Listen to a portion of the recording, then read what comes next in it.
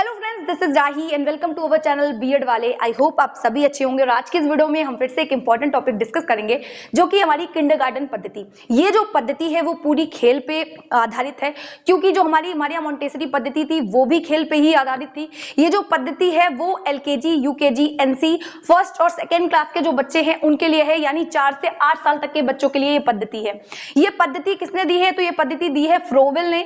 और फ्रोवेल कहते हैं कि बच्चों को हम फ्रीडम देंगे, स्वतंत्रता देंगे, तब क्या होगा, तब जाके कहीं बच्चे अच्छे से सीख पाएंगे। क्योंकि शुरुआती दिनों में क्या होता है, उन्हें स्वतंत्रता की जरूरत है, उन्हें प्रकृति के साथ खेलने की जरूरत है। तो एक तरीके से ये प्रकृतिवाद को भी सपोर्ट करते थे और साथ में ये आदर्शवाद को भी सपोर्ट करते थे। क्यों? क्योंकि ये खुद आदर्शवादी थे। इनका मानना था ये बच्चों को भी इस तरीके की शिक्षा दिया करते थे कि जो ईश्वर है वो क्या है, या ईश्वर द्वारा बनाई गई चीजें हैं उनमें एक साथ संबंध क्या है। मतलब बच्चे को इस चीज की शिक्षा देना, स्पिरिचुअलिटी से भी जुड़े हुए थे, यानी क्योंकि इनका फैमिली बैकग्राउंड भी वैसा रहा था। तो इनके बारे में हम डिटेल में जानेंगे और किंडरगार्टन पद्धति क्या है, उसके अर्थ को और भी कई सारी चीजों को जानेंगे। तो चलिए हम लोग फटाफट से देख लेते हैं। देखिए, ये जो पद्धति है वो खेल विधि पे आधारित है। बच्चा जो भी एक्टिविटी करेगा वो खेल पे बेस्ड होगी, यानी बच्चे एक्टिविटी करके सीखेंगे, जैसे हम कह सकते हैं। और ये जो शिक्षा दी जाती थी, जो एक्टिविटी पे बेस्ड होती थी, माध्यम से बच्चों को व्यावसायिक शिक्षा भी दी जाती थी और व्यवहारिक शिक्षा भी दी जाती थी। यानी जैसे हम कह सकते हैं माला पिरोना हो गया या मिट्टी के बर्तन बनाना हो गया, ऐसी एक्टिविटीज जो है वो छोटे बच्चों से कराई जाती थी।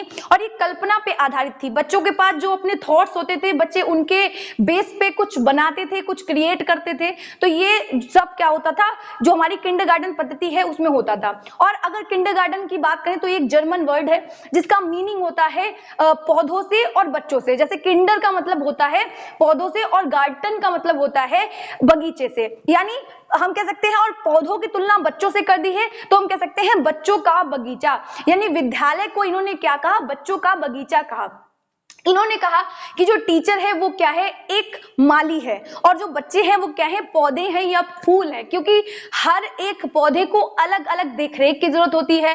किसी पौधे को ज्यादा पानी चाहिए, किसी पौधे को कम पानी चाहिए। और ऐसा इन्हें कब प्रतीत हुआ? जब ये एक बार क्या था, लगभग 1840 ईस्वी में ये घूमने गए, क्योंकि ये ईश्वर को मानते थे, ये प्रकृति के साथ ज्यादा रहते थे। तो एक बार ये पहाड़ों पे घूमने गए तो इन्होंने वहां पे देखा जाना, और ये शिक्षा शास्त्री तो थे ही, तो बच्चों के इंटरेक्शन में भी ये ज्यादा रहते थे।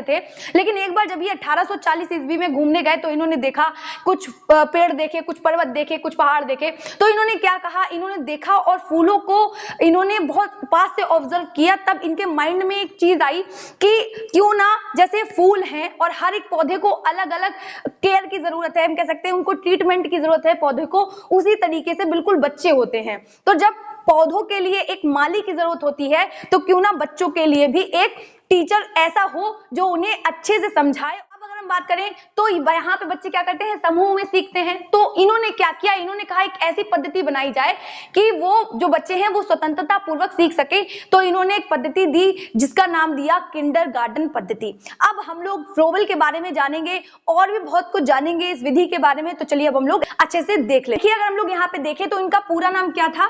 फ्रेडरिक विलियम अगस्त फ्रोवेल। यानी इनका पूरा नाम ये था कि फ्रेडरिक विलियम अगस्त फ्रोवेल। इनका जन्म कहाँ हुआ था? तो ये जर्मनी में पैदा हुए थे।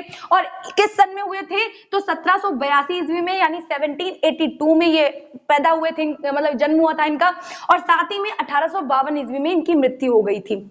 ये एक एजुकेशनिस्ट भी थे, साइकोलॉजिस्ट भी थे, और स्पिरिचुअलिटी बहुत ज्यादा इन्हें छू के गई थी।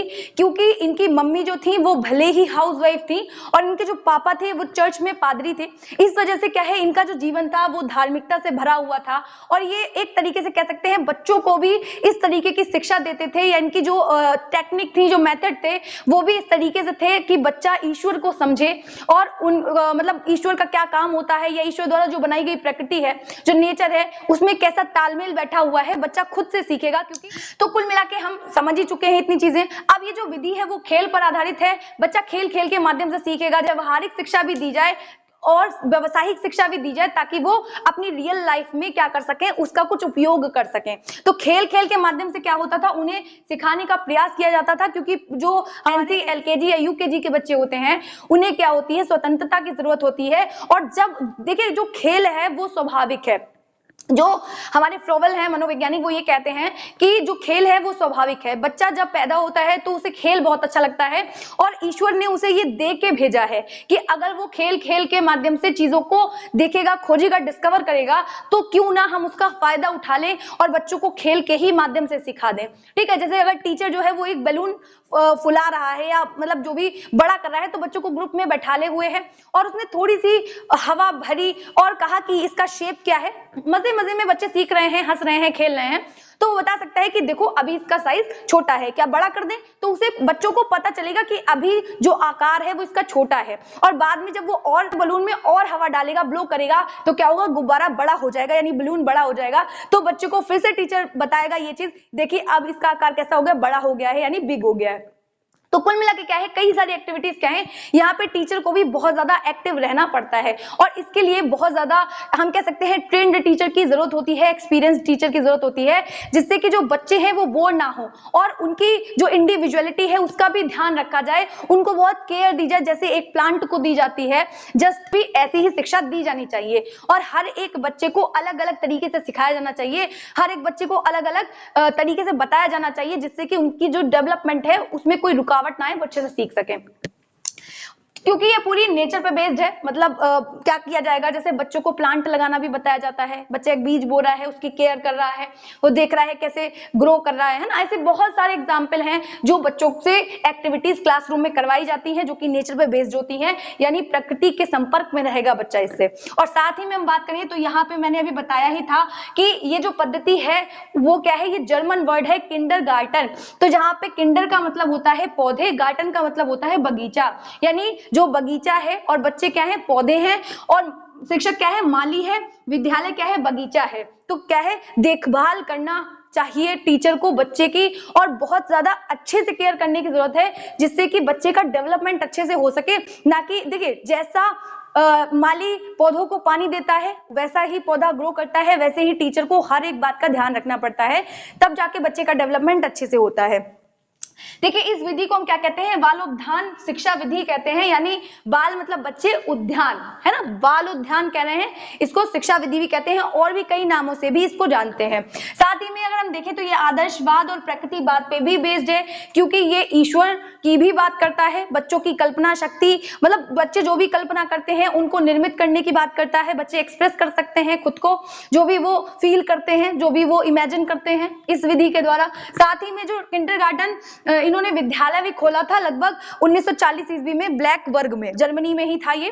तो इन्होंने एक विद्यालय का भी निर्माण किया था और वहां पे बच्चों को ये शिक्षित भी किया करते थे, जिनका नाम फ्रेडरिक फ्रोबेल था। मतलब 4 से 8 साल तक के बच्चों के लिए है। आइए हम लोग फटाफट से देखते हैं। तो फ्रोबेल ने एक डेफिनेशन भी दी है, अलग अलग जगहों पर अलग अलग तरीके से दी जाती है, तो चलिए अब हम लोग डेफिनेशन देख लेते हैं कि जो किंडरगार्टन पद्धति है उसकी एक डेफिनेशन क्या है। देखिए ये जो डेफिनेशन है वो किसने दी है, फ्रोबेल ने दी है। तो फ्रोबेल क्या कहते हैं, देखिए इनका मानना सिर्फ इतना सा था कि बच्चा अपनी क्षमता लेके आया हुआ है, एक टीचर का काम सिर्फ इतना है, मतलब जब वो पैदा हुआ तो उसके अंदर इतनी क्षमता थी कि वो क्या करे, करके सीख ले, जान ले, और चीजों के बारे में खुद से क्या करेगा, करके सीखेगा, लर्निंग बाय डूइंग करेगा। ये भी क्या थे, जॉन डीवी से ही प्रभावित थे लगभग। क्यों, तो इन्होंने क्या कहा, इन्होंने कहा कि बच्चा क्षमता लेके आया है और क्या करेगा, टीचर का काम सिर्फ इतना होगा कि उस पर ध्यान दे कि वो किस डायरेक्शन में जा रहा है ना। टीचर सिर्फ डायरेक्शन देने का काम करेंगे, क्योंकि बच्चे को नहीं पता होता है कौन सा सही कौन सा गलत, उसके पास कई सारे रास्ते हैं, टीचर एक सही पाथ बताता है और उस पर बच्चा चलना शुरू कर देता है। तो इसी पे बेस्ड क्या है, इनकी एक डेफिनेशन है, जिसमें ये कहते हैं कि बालक एक अविकसित पौधा है, यानी जैसे कि एक बीज है वो एक खुद बड़ा वृक्ष यानी बड़ा सा पेड़ होने की क्षमता रखता है, वैसे ही एक बच्चा क्या है, बहुत कुछ समझने और सीखने की क्षमता रखता है, या मतलब अविकसित पौधा है जो डेवलप नहीं किया है, एक बीज मात्र है। क्या करेगा, जो शिक्षक रूपी माली की देखरेख में अपनी आंतरिक नियमों के अनुसार विकसित होगा, मतलब हेरिडिटी से उसे जैसे गुण मिले हैं वो उस तरीके से डेवलप होगा। लेकिन इनकी इस बात पे भी आलोचना की गई, क्योंकि कई लोग बोलते थे कि मनुष्य है वो केवल आंतरिक शक्तियों के द्वारा ही डेवलप नहीं करता है, उसे बाहरी इन्वायरमेंट की भी जरूरत होती है, यानी ज्यादातर जो प्रभाव होता है बच्चे के ऊपर वो क्या होता है, बाहरी इन्वायरमेंट का होता है। ऐसा लोगों का मानना था। वैसे जो ह्यूमन है वो दोनों का क्या है, मिक्सचर है, इन्वायरमेंट का और हेरिडिटी का। दोनों जब एक साथ मिलते हैं, गुणनफल है, जोड़ नहीं है, एडिशन नहीं है, गुणनफल है, दोनों का बराबर का हाथ होगा कि बच्चे का जितना आईक्यू लेवल होगा उस योग्यता, उस क्षमता के अनुसार बच्चा क्या करेगा, डेवलप करेगा। बस टीचर क्या करेगा, उसे फैसिलिटेट करने का, सुगमकर्ता का काम करेगा, उसे सही पाथ पे चलने के लिए डायरेक्शन देगा। खुद से एक्टिविटी करके, इंक्लूड होके किसी भी क्रिया में क्या करेगा, खुद समझेगा, खुद डिस्कवर करेगा, तब जाके चीजों को समझ पाएगा और ज्ञान को एकत्रित कर पाएगा,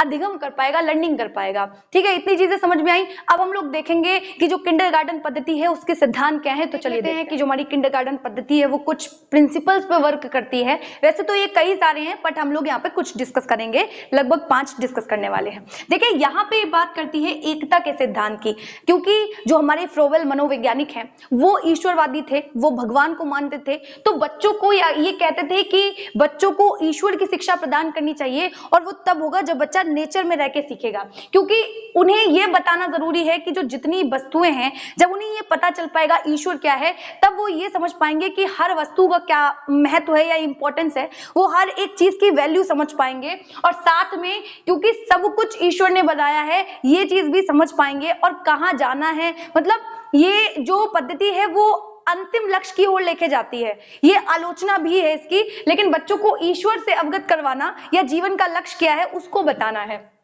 साथ ही में उनको हमें बताना है कि ईश्वरीय एकता क्या है, किस तरीके से तालमेल बैठा हुआ है चीजों में, कैसे चीजें वर्क करती हैं, पर्वत, पहाड़, झरने, है ना, हम किस तरीके से सरवाइव कर पा रहे हैं, ये सारी चीजें बच्चों को बताना होता था। और ये सब बच्चा तभी सीख पाएगा जब बच्चे को शिक्षित किया जाएगा। और शिक्षा का एक साधन क्या था, खेल था, है ना, प्लेवे मेथड लगाया जाता था, तब जाके बच्चों को शिक्षित किया जाता था। साथ ही में स्वतः विकसित का सिद्धांत, यानी बच्चे खुद से एक्टिविटी करके क्या कर रहे हैं, सीख रहे हैं, उनका विकास हो रहा है। और जितने भी प्राणी हैं या हम कह सकते हैं जो जीवित हैं, उनका डेवलपमेंट होता रहता है और लगातार विकास की प्रक्रिया उनमें चलती रहती है। तो ये कह रहे थे बच्चे भी क्या करेंगे, खुद से स्वयं से डेवलप हो जाएंगे, क्योंकि वो भी एक क्या है, जीवित प्राणी है। तो वो खुद से विकास करेंगे और उनके अंदर जो आंतरिक शक्तियां उन्हें मिली हैं, जो अंदर से वो लेके आए हैं, जब उनका जन्म हुआ था तो उनके अंदर पहले से ही कुछ ऐसी शक्तियां थी, कुछ ऐसी योग्यता थी, तो उस बेस पे क्या हुआ, उनका डेवलपमेंट वो खुद से करेंगे। और बाहर से टीचर क्या करेगा, उन पे थोपेगा नहीं। ऐसा नहीं हो सकता कि आप बच्चों को डंडे के बल पे बता दें या सिखा दें, वो सिर्फ थोपना या ठूसना हुआ। तो इनका मानना ये था कि आप बच्चे को थोपेंगे या ठूसेंगे नहीं, बच्चा खुद से एक्टिविटी करके, एक्सपीरियंस के माध्यम से सीखेगा। तो यहाँ पे बच्चे का स्वयं का विकास होगा, वो खुद से विकसित करेगा, जिससे कि क्या होगा, उसका विकास अच्छे से हो पाएगा। साथ ही में ये खेल के सिद्धांत पे भी वर्क करता है, क्योंकि अभी मैं बता ही चुकी हूं कि बच्चा स्वाभाविक रूप से खेल खेलता है, उसे मजा आता है, तो हम क्या करेंगे, खेल को ही पढ़ाई का माध्यम बना देंगे। तो इसीलिए इन्होंने क्या किया, खेल पे बेस्ड रखा। ये जो पद्धति थी वो खेल के मतलब इसका जो आधार था वो मेन आधार खेल ही था। इसमें क्या होगा, बच्चों को खेल के माध्यम से हम शिक्षा देंगे। एक मेन जो मोटिव है, जो साधन है, वो शिक्षा को देने का। बच्चे सीख भी जाएंगे और वो एक्टिविटी भी कर रहे हैं, वहां पे उनका शारीरिक, मानसिक, सामाजिक हर तरीके का विकास हो पा रहा है। साथ ही में अगर हम बात करें तो स्वतंत्रता का सिद्धांत, देखिए बच्चे को स्वतंत्रता तो मिलती थी, लेकिन ग्रुप में मिलती थी, क्योंकि जो बच्चों को सिखाया जाता था या जो एक्टिविटी करवाई जाती थी वो ज्यादातर ग्रुपिंग में होती थी, सामूहिक रूप से बच्चों को सिखाया जाता था। स्वतंत्रता तो है, लेकिन यहाँ पे क्या है, प्लान्ड चीजें होती थी टीचर के द्वारा, बच्चे वही एक्टिविटी करेंगे जो टीचर प्लान करेंगे। स्वतंत्रता है, बच्चा अपने आप से कर रहा है, लेकिन टीचर द्वारा प्लान चीजों के अकॉर्डिंग। ठीक है, अब हम बात करें तो बच्चे स्वक्रिया करके, यानी खुद से क्रिया करके ज्ञान को प्राप्त कर रहे हैं स्वतंत्रता के सिद्धांत में। और टीचर है वो क्या कर रहा है, हस्तक्षेप नहीं कर रहा है, बच्चों को डिस्टर्ब नहीं कर रहा है, वो चुपचाप क्या कर रहा है, एक कह सकते हैं ऑब्जर्वर का काम कर रहा है। और जहां पे हेल्प की जरूरत हो रही है वहां पे हेल्प भी कर रहा है बच्चों की। साथ ही में अगर हम देखें तो सामाजिकता और सामूहिकता का सिद्धांत, देखिए सबसे ज्यादा यहाँ पे ग्रुपिंग में काम किए जाते हैं, और यहाँ पे बच्चों का जो समाजीकरण है, जो उनकी सामाजिकता है, वो उन्हें बहुत अच्छे से आती है। और बच्चों में मानवीय गुणों का विकास होता है कि लोगों से कैसे बात करनी है। यहाँ पे नैतिकता का भी पूरा ध्यान रखा जाता था, यानी समूह में बच्चों को कैसे रहना है, मोरालिटी का पूरा ध्यान रखा जा रहा है। और जब ये सारी चीजें हैं तो क्या है, बच्चे का व्यक्तिगत विकास नहीं हो पा रहा है, लेकिन हाँ सामूहिक रूप से उसे रहना, कैसे बात करना है, कैसे जीना है। क्या है, सामाजिकता की बात ज्यादा हो रही है और साथ में समूह की बात ज्यादा हो रही है। बच्चा व्यक्तिगत रूप से उसका डेवलपमेंट नहीं हो पा रहा है, इंडिविजुअली तरीके से नहीं हो पा रहा है, बट वो ग्रुप में जो सीख रहा है वो अपने आप से स्वयं से सीख रहा है। यहाँ पे कई सारे वर्क किए जाते थे ग्रुप में, जैसे कि ग्रुप में कोई खेल खिलवा दिया गया या जो भी ज्ञान या नॉलेज दी जा रही है वो ग्रुप में दी जा रही है। साथ में अगर कोई गाना गा रहे हैं या कविता कह रहे हैं तो सब लोग ग्रुप में बैठ के गा रहे हैं।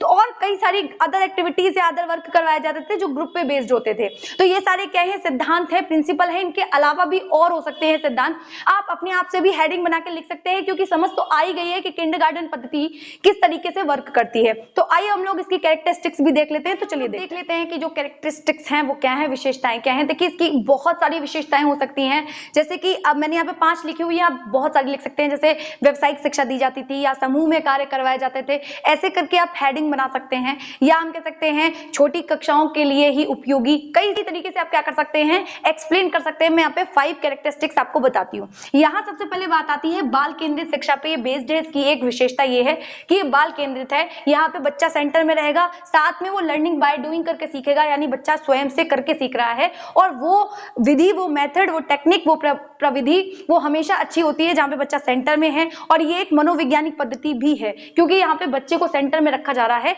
और जो टीचर है वो गौण है, यानी सेकेंडरी उसका स्थान है एक तरीके से। और ये खेल खेल में सीख रहा है, तो बच्चे के ऊपर कोई दबाव नहीं है और जो भी एक्टिविटी करवाई जा रही है वो बच्चे की योग्यता क्षमता के अकॉर्डिंग करवाई जा रही है। अगर हम बात करें तो ज्ञानेंद्रियों का प्रशिक्षण, कुल मिला के हमारे पास 5 सेंसेस हैं और उन्हीं के द्वारा क्या करता है, बच्चा अपना ज्ञान एकत्रित करता है, सीखता है, देखता है। कौन कौन सी है, सुनना, देखना, सूंघना, टेस्ट करना, टच करना, इन्हीं के द्वारा क्या करेगा, बच्चा अपना ज्ञान अर्जित करेगा। और सबसे पहले जब स्टार्टिंग होती है बच्चे की, हमने अभी बताया ही था कि जो है नर्सरी क्लास से लेके 2nd क्लास तक के जो बच्चे हैं उनके लिए है, यानी 4 से 8 साल तक के बच्चों के लिए ये जो मेथड है वो दिया किसने, फ्रॉबेल ने। साथ में ये बात करता है इंद्रियों के, ज्ञानेंद्रियों के, यानी जो हमारी सेंसेस हैं उसके ट्रेनिंग पे वर्क करता है। क्यों, क्योंकि यहाँ पे बच्चा क्या करेगा, जब बच्चे को किसी चीज को दिखाया जाएगा या सुनाया जाएगा तो उसको ट्रेंड किया जा रहा है कि वो देख के समझने की या सुन के समझने की क्षमता उसमें डेवलप हो पाए। तो यहाँ पे जो हमारे एजुकेशनिस्ट हैं, जो साइकोलॉजिस्ट हैं, वो ये कहते हैं कि सबसे पहले जो हमारी शुरुआती स्टेज है बच्चे की, उसमें बच्चों की सेंसेस पे काम करना चाहिए टीचर को, कि वो एक तरीके से इतना ज्यादा हो जाए, ट्रेंड हो जाए, उनकी जो इंद्रियां हैं वो इतनी ज्यादा ट्रेंड हो जानी चाहिए जिससे कि बच्चे को कुछ भी बताया जाए तो वो अच्छे से सीख सके, है ना, वो पकड़ तो सके, कैच कर सके कि टीचर या अदर कोई उसे क्या बता रहा है।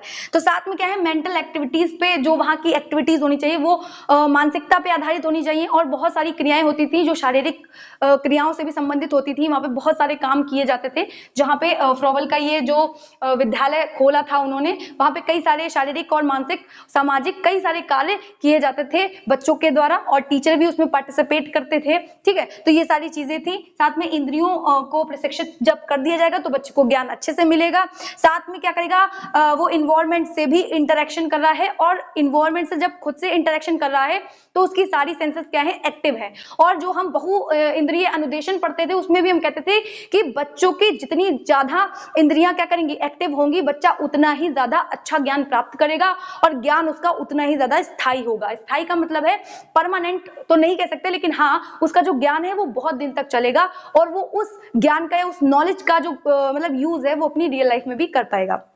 साथ में हम बात करें तो रचनात्मक कार्य, यानी इन्होंने उपहारों की बात की, गिफ्ट देने की बात की और साथ में ये जो बच्चे इमेजिन करते थे और जो भी क्रिएटिविटी से जुड़े हुए वर्क थे जिससे कि बच्चों की जो सृजनात्मकता है, जो क्रिएटिविटी है वो भी क्या हो, डेवलप हो जाए। साथ में हम बात करें तो ज्ञान, बच्चा जब पैदा होता है तो हम कह सकते हैं अपनी हेरिडिटी से जन्मजात कुछ शक्तियां लेके पैदा हुआ होता है। हर इंसान में, हर बच्चे में यूनिकनेस है, हर बच्चा कुछ ना कुछ लेके आता है। बस क्या है, टीचर को क्या करना है, उन शक्तियों को पहचानना है, क्योंकि जो टीचर होता है वो एक फिलोसोफर भी होता है। उसको देखना होता है कि कौन से बच्चे में कौन सी चीज है और वो उसे किस डायरेक्शन में लेके जा सकता है, प्रदर्शन कर सकता है या उसको एक तरीके से गाइड कर सकता है, निर्देशन दे सकता है। साथ ही में हम बात करें तो शारीरिक क्रियाओं का समावेश है। देखिए यहाँ पे हम कह सकते हैं फिजिकल एक्टिविटीज तो होती थी, साथ में बच्चों को इन सब के माध्यम से व्यावसायिक शिक्षा भी मिल रही है। देखिए यहाँ पे बहुत सारी एक्टिविटीज होती थी, जैसे सीने का, किसी चीज को सीने का, किसी चीज को पिरोने का, चटाई बनाने का, माला गूंथने का और भी बहुत सारी एक्टिविटीज होती थी। और जब ये एक्टिविटीज बच्चे करते थे तो बच्चों के अंदर हार्ड वर्क करने की जो क्षमता थी वो भी डेवलप होती थी। मतलब वो श्रम करना जानते थे कि हाँ, इस तरीके से क्या है, कठिन परिश्रम किया जाता है। तो ये चीज क्या है, हमारी किंडरगार्टन पद्धति के अकॉर्डिंग थी। आप इसमें और भी बहुत सारी चीजें इंक्लूड कर सकते हैं। तो चलिए अब हम लोग फटाफट से देखते हैं कि जो हमारी किंडरगार्टन पद्धति है उसके गुण क्या है, उसके दोष क्या है। तो चलिए देख लेते हैं कि जो हमारी किंडरगार्टन पद्धति है उसके गुण और दोष क्या है। यहाँ बात आती है शिशुओं की शिक्षा के लिए उपयोगी है। मैंने पहले ही कहा कि ये जो विधि है वो किसके लिए उपयोगी है, वो उच्चतर स्तर के लिए नहीं है, माध्यमिक स्तर के लिए भी नहीं है, और जहां तक कि प्राइमरी स्तर के लिए भी नहीं है। उससे जो छोटा स्तर होता है, यानी एनसी से लेकर हम कह सकते हैं जो बाल आंगनवाड़ी वाले जो बच्चे होते हैं, जिनको पहले खेलने के लिए, इनिशिएट करने के लिए ट्रेंड किया जाता है, उसके बाद उन्हें शिक्षा दी जाती है। पहले उनकी सेंसेस को ट्रेंड किया जाता है, उसके बाद उन्हें शिक्षित किया जाता है। तो कुल मिलाकर हम कह सकते हैं ये शिशुओं के लिए क्या है, दी गई एक प्रणाली है, पद्धति है। जिस साथ में अगर हम बात करें तो सरल, रुचिपूर्ण और आकर्षक है। देखिए ये खेल के माध्यम से सिखाया जाता है, तो ये सरल भी है और जिसमें बच्चे अच्छे से इंटरेस्ट ले सकते हैं। और बच्चे क्या करते हैं, बच्चों को अट्रैक्ट करती है ये जो मेथड है, ये जो पद्धति है, पढ़ने के लिए एक तरीके से मोटिवेट करती है, उत्साहित करती है। बाद में अगर हम बात करें तो आती है आत्मक्रिया पर बल, यानी लर्निंग बाय डूइंग। अभी हम देख ही चुके थे, यहाँ पे बच्चा स्वयं से क्या करेगा, नेचर के संपर्क में आएगा, प्रकृति के संपर्क में आएगा और क्या करेगा, बहुत सारी एक्टिविटीज करेगा। क्लासरूम में भी बहुत सारी एक्टिविटीज करवाई जाएंगी। मतलब एक ऐसी जगह होगी जहाँ पे टीचर और जो स्टूडेंट है वो टीचर क्या करेगा, देखरेख करेगा और बच्चा अपने आप से खेल सकता है, कर सकता है किसी भी क्रिया को। तो वहां पे क्या करेगा, उसका डेवलपमेंट अच्छे से होगा। फिर अगर हम बात करें तो व्यावसायिक शिक्षा भी हमने देखा ही था कि मिट्टी के बर्तन बनाना, चटाई बोना और भी कई सारी एक्टिविटीज हैं जिनके बेस पे क्या किया जा रहा है, बच्चों को अनजाने में क्या की जा रही है, व्यावसायिक शिक्षा भी दी जा रही है। शारीरिक शिक्षा पे भी बल दिया जाता है, बच्चा एक तरीके से फिट भी है और साथ में क्या है, उसका मेंटली डेवलपमेंट भी अच्छे से हो रहा है। जब हम कहते नहीं है, जो अरस्तु है वो कहते हैं स्वस्थ शरीर में स्वस्थ मस्तिष्क का निर्माण होता है। तो वही वाली बात है कि जब बच्चा शारीरिक रूप से अच्छा महसूस करता है तो बच्चा मानसिक रूप से भी सीखने के लिए तत्पर होता है। नैतिक व सामाजिक गुणों का विकास, बच्चा समूह में सीख रहा है तो उसमें नैतिक गुणों का, मानवीय मूल्यों का, वैल्यूज क्या है ना, समाज के नियम क्या है, उन सब का क्या है, उसे आभास हो रहा है। और साथ में टीचर भी उनको बताते हैं किस तरीके से क्या चीजें हैं, जो मोरालिटी है, जो सामाजिकता है, उसको बताया जाता है टीचर्स के द्वारा और बच्चे भी व्यवहार द्वारा सीख लेते हैं। जो विद्यालय का जो इन्वायरमेंट है वो बहुत ज्यादा अट्रैक्टिव होता है और बच्चे हर मतलब वहां पे बहुत सारे खिलौने होते हैं, है ना, तो इस वजह से क्या है, बच्चा वहां पे जाके सीखने में इंटरेस्ट लेता है। और उसके बाद अगर हम बात करें तो शिक्षक की पूर्ण सहभागिता, मतलब बच्चे को कहीं पे भी किसी चीज की जरूरत है तो टीचर वहां पे मौजूद रहता है और देखता है माली की तरह। जैसे अगर उसको खाद की जरूरत हुई पौधों को तो माली ने उसको खाद दी, वैसे ही टीचर क्या करेगा, समय आने पर उसको चीजें प्रोवाइड करेगा। साथ ही अगर हम देखें तो जो टीचर है उसका काम कैसा होगा, मित्र का होगा, एक फ्रेंड का होगा। जैसे एक फ्रेंड क्या है, बताता है, आपको सलाह देता है, वैसे ही एक टीचर क्या करेगा, बच्चे को सुझाव देगा और पथ प्रदर्शन करेगा, सुगमकर्ता का काम करेगा। साथ ही में अगर हम बात करें तो आध्यात्मिकता पे भी बल देता है कि ईश्वर क्या है, या जो भी स्पिरिचुअलिटी है उसको बताता है जो टीचर है।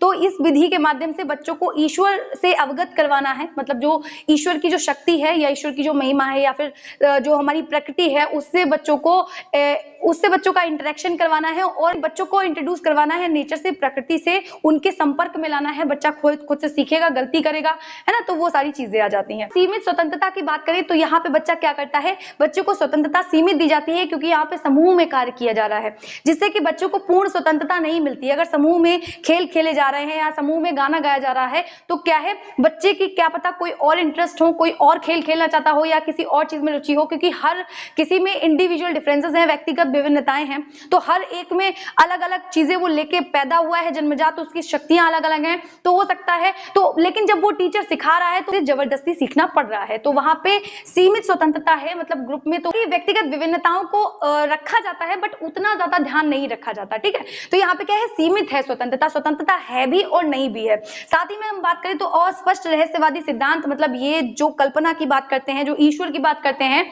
तो इनके जो सिद्धांत हैं वो रहस्यवादी हैं और जो कि अस्पष्ट है। तो कई सारे मनोवैज्ञानिक इनकी आलोचना करते हैं और कहते हैं कि इस विधि के माध्यम से जो किंडरगार्टन पद्धति है वो बच्चों को अच्छा नहीं सिखा सकती, क्योंकि इनकी जो दुनिया है, जो फ्रोबेल है, वो इमेजिनरी है ना, तो उसके माध्यम से अच्छा ज्ञान बच्चों को नहीं दिया जा सकता। साथ ही में विषयों का अध्ययन अलग अलग किया जाता है, मतलब सारे विषय हम कैसे पढ़ाते हैं क्लासरूम में, एक साथ समन्वय करके, एक साथ कॉम्बिनेशन में पढ़ाते हैं कि सारी चीजें एक दूसरे से कनेक्टेड होनी चाहिए, लेकिन इस विधि के द्वारा हर विषय को, हर सब्जेक्ट को अलग अलग पढ़ाया जाता है। ठीक है, तो ये क्या है, इसका दोष है। साथ में प्रशिक्षित शिक्षकों का अभाव होता है, विद्यालय व्यवस्था नहीं कर पाता, या हम कह सकते हैं अगर ट्रेंड टीचर नहीं है, एक्सपीरियंस टीचर नहीं है, तो क्या है, आप बच्चों को अच्छे से ट्रेन नहीं कर पाएंगे, या वो बच्चों का अच्छे से ख्याल नहीं रख पाएगा, या बच्चों को अच्छा मार्गदर्शन नहीं दे पाएगा, सही से डायरेक्शन नहीं दे पाएगा, और बच्चों का जो डेवलपमेंट है वो अच्छे से नहीं हो पाता। साथ ही में हम कहें तो ज्ञान की प्रक्रिया का गलत अर्थ, देखिए अभी मैंने ये चीज भी बताई थी कि यहाँ पे क्या है, जो बच्चे हैं इन्होंने कहा कि बच्चों में आंतरिक क्षमता है, उसके अकॉर्डिंग बच्चे क्या करते हैं, विकसित होते हैं। बस टीचर को क्या करना है, फैसिलिटेटर का काम करना है, सुगमकर्ता का काम करना है। लेकिन कई मनोवैज्ञानिक के बाद भी कहते हैं कि केवल बच्चा जो है वो आंतरिक शक्तियों के हिसाब से नहीं डेवलप होगा, इन्वायरमेंट का बहुत बड़ा रोल होता है। तो उस बेस पे भी क्या है, इनकी आलोचना की गई और इनका दोष ये बताया गया, डेवलपमेंट अच्छे से होता है।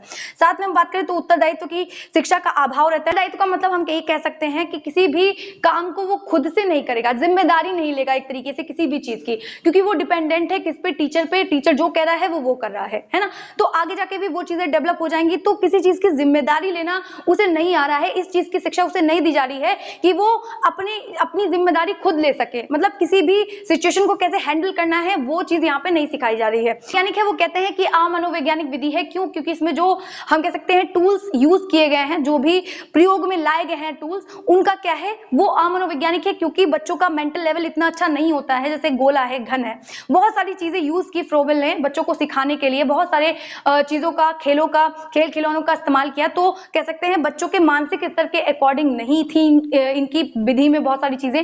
तो जो हमारे अदर मनोवैज्ञानिक थे उन्होंने क्या कहा, उन्होंने आलोचना की और कहा कि यह विधि अमनोवैज्ञानिक विधि है, क्योंकि ये बच्चों की जरूरतों का, उनकी दक्षता का, उनकी क्षमताओं का ध्यान नहीं रखती है। ठीक है, तो ये क्या है, ये सारे दोष हैं।